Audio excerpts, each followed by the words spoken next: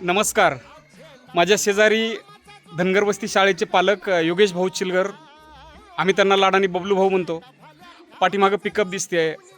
शाळेचं जेव्हापासून काम सुरू झालेलं आहे आत्तापर्यंत सिमेंट, लोखंड, इतर साहित्य शाळेमध्ये आणण्यासाठी साधारणतः त्यांनी 9 ते 10 ट्रिप केलेले आहेत. जामखेडून असेल, खर्ड्याहून असेल, नगरहून असेल.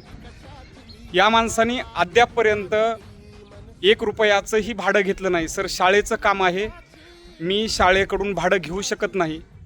माझंही शाळेसाठी योगदान असायला हवं. बाहेरगावची मंडळी आपल्या शाळेसाठी मदत करते आहे, तर मी ही गोष्ट घेऊ शकत नाही, मी पैसे घेऊ शकत नाही. आत्तापर्यंत साधारणतः किती नाही म्हटलं तरी 10-15 हजार रुपयांचं भाडं त्यांना द्यावं लागलं असतं. या माणसांनी एवढी मोठी मदत शाळेसाठी केलेली आहे. गावोगावच्या तरुणांसाठी ही गोष्ट खरं तर प्रेरणादायी आहे. आपण आपल्या गावासाठी, शाळेसाठी काय भूमिका घेतो, काय मदत करतो, हे शिकण्यासारखी गोष्ट आहे.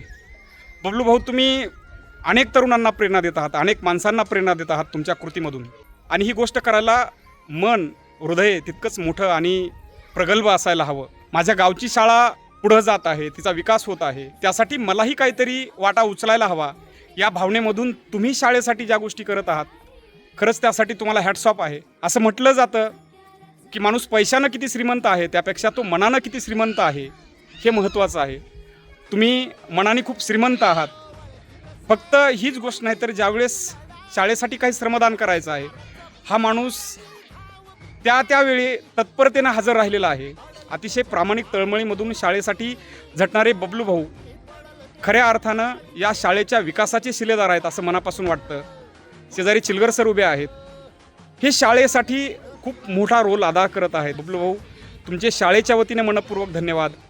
पालक कसा असावा हे तुम्ही आपल्या कृतीमधून दाखवून दिलेलं आहे. तुम्हाला आणि तुमच्या कामाला सलाम आहे. मनापासून धन्यवाद. थँक्यू.